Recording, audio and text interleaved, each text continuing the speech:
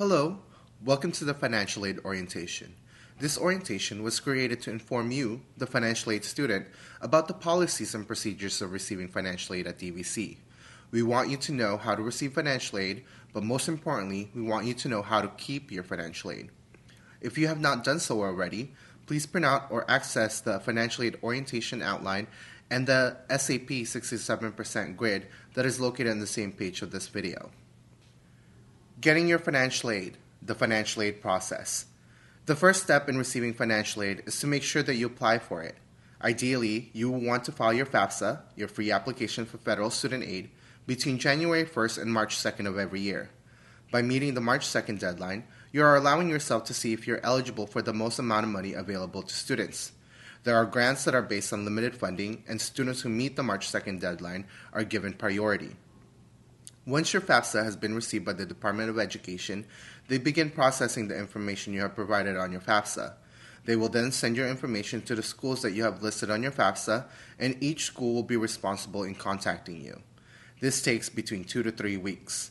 Once the DVC Financial Aid Office receives your information, we will send you a letter letting you know if you are eligible for financial aid or not. If you are eligible, your letter will let you know if you need to complete additional steps, forms, or provide documentation that need to be submitted to the Financial Aid Office before your file is complete. It is important to complete all the steps, forms, and provide documentation as soon as possible because we cannot complete your file until all these forms are completed and reviewed. Basically, this means that without your paperwork, your check will not be mailed to you. If you have not received a letter or don't know if you have all the paperwork we need from you, please visit the Financial Aid Office after completing this orientation. Make sure that you submit all your paperwork completely, and this includes transcripts. In order for us to process your file in a timely manner, we cannot accept paperwork piece by piece. Additionally, submitting your paperwork together allows for you to know what you are submitting, everything that we are asking from you. Use your letter as a checklist to know what forms and steps you have completed, and once you've checked off all bullet points, bring in the Financial Aid Office for processing. Once we receive your paperwork, the process takes between 20 to 25 business days for us. Processing allows for us to review the information you have provided to us and make sure that they match with the information provided on your FAFSA. If information is incorrect, we may ask you to provide additional documentation or make the necessary corrections. If corrections do need to be made, this will lengthen the processing time. In order for us to remain organized, incomplete files will be sent back to the student. This means that you will receive your forms back in the mail.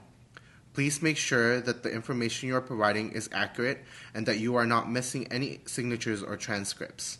Transcripts are requested from all students who have previously attended a college or university before coming to DVC. These transcripts need to be forwarded to the admissions office for evaluation before we can complete the process. If we have evaluated the paperwork you have submitted and no corrections need to be made, you will then receive an award letter from the Financial Aid Office. The award letter is basically your confirmation that your file is complete, and it will let you know what you're eligible for and when to expect your check. The next step is to wait for your check. Your check will be mailed out to you, so make sure that your address on file with the admissions and records is current and accurate. We have many students who come in after the checks have been sent out asking why they have not received their check. When we look at where their check has been mailed, they let us know that they no longer reside in that address. Unfortunately, that's where the check has been sent because that's the address we have on file. This will require the district to put a stop on the check, reissue another check, and mail out the new check. This can take between 1 to 2 weeks, further delaying the process. If you receive an award letter before school starts, you will receive your award in 2 checks. The first check will be 25% of your award and will be mailed out to you at the end of the first week of school. The second check, 75%, the rest of your award, will be mailed to you after the 4th week of school. If you receive an award letter after school has started, you will receive your award in 1 check. The full 100% of your award will be mailed out to you. When it will be mailed out to you is depending on when your file is complete. Your check is based on the amount of units you are taking. It is a common misconception that you need to be a full-time student taking 12 units to receive financial aid. That's not true. You can be taking 6 units or 9 units and still receive financial aid. Even some students taking less than 6 units may be eligible to receive their award. The amount of your award will be dependent and comparable to the amount of units you are taking, meaning that you don't have to be a full-time student to receive financial aid. So you've submitted your FAFSA, received a letter from our office, submitted your paperwork, and received an award letter. What can you find on your award letter? The following is a short list of what may be on your award letter. The Pell Grant is the grant awarded by the federal government. In order for them to see who is eligible for the Pell Grant, the FAFSA must be submitted. Like the federal government, the state government also has a grant award called the Cal Grant. In order to see if you are eligible for this grant, you must submit both the FAFSA and the Cal Grant GPA verification form. The Cal Grant GPA verification form is needed because they have a 2.0 GPA minimum requirement. Since the Cal Grant is a very competitive program, the higher your GPA, the better your chances of receiving the award. Both forms must be submitted by March 2nd. Students attending a community college has a second chance and need to submit the forms by September 2nd. Please visit the financial aid office to find out how you can fill out your Cal Grant GPA verification form.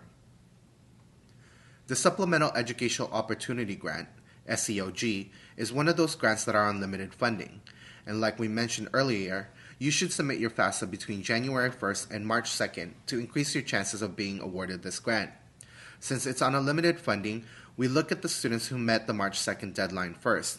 For example, there could be 1,000 students who met the eligibility requirements, but since it's limited, we can only award the first 500 students who have met the eligibility requirements.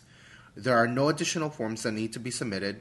Just make sure that your FAFSA is submitted online by March 2nd to seek eligibility. The Academic Competitiveness Grant, ACG, is awarded to students who graduated from high school after 2005 and completed a rigorous coursework in high school. To see if you're eligible, please bring the ACG form to your high school for verification and completion. You will then submit the ACG form to the financial aid office. The Chafee Grant is awarded to students that were or are currently in foster care between the ages of 17 and 22. Please see the financial aid office for the Chafee Grant form. The Board of Governors fee waiver isn't technically a grant or an award you receive in check form, but rather a status that is placed on your account. This status will allow you to take classes at DVC without having to pay enrollment fees. So instead of paying $26 per unit for your classes, you can be taking classes for basically free. Student union fees, however, are not covered in the Board of Governors fee waiver. Monies will only be reimbursed for students who have paid for the enrollment fees before finding out that they were eligible for the fee waiver. We understand that it is human nature to be curious and have the need to find out what is happening to your file. So the following are some do's and don'ts of following up with your file. The financial aid office cannot provide you with any personal information over the phone. We are prohibited by federal regulations from releasing any personal information over the phone. There is no way for us to verify that the other person on the line is you, regardless if you provide us with your social security number or ID number. Please come into the financial aid office to handle your business either before or after class. Perhaps come in 15 minutes before your class starts or stay a little after class ends to check the status of your file. The financial aid office also cannot provide student information to anyone other than the student. We have many students coming in with their parents or significant others who want to follow up or have access to their files. However, we cannot release any personal information to anyone else unless the Family Educational Rights and Privacy Act FERPA form is completed and filed in the financial aid office. Both the student and the other party must be present in the financial aid office with their own federal or state-issued photo ID to complete the form in order for this form to be valid. We cannot stress it enough. Your address on file at Admissions and Records Office must be accurate and current. In fact, anytime anything changes, your name, your address, phone number, email, major and educational goal, you need to make sure that the change is reflected on your file with Admissions and Records. Our major form of communication with you will be through mail, so please make sure your file is always updated.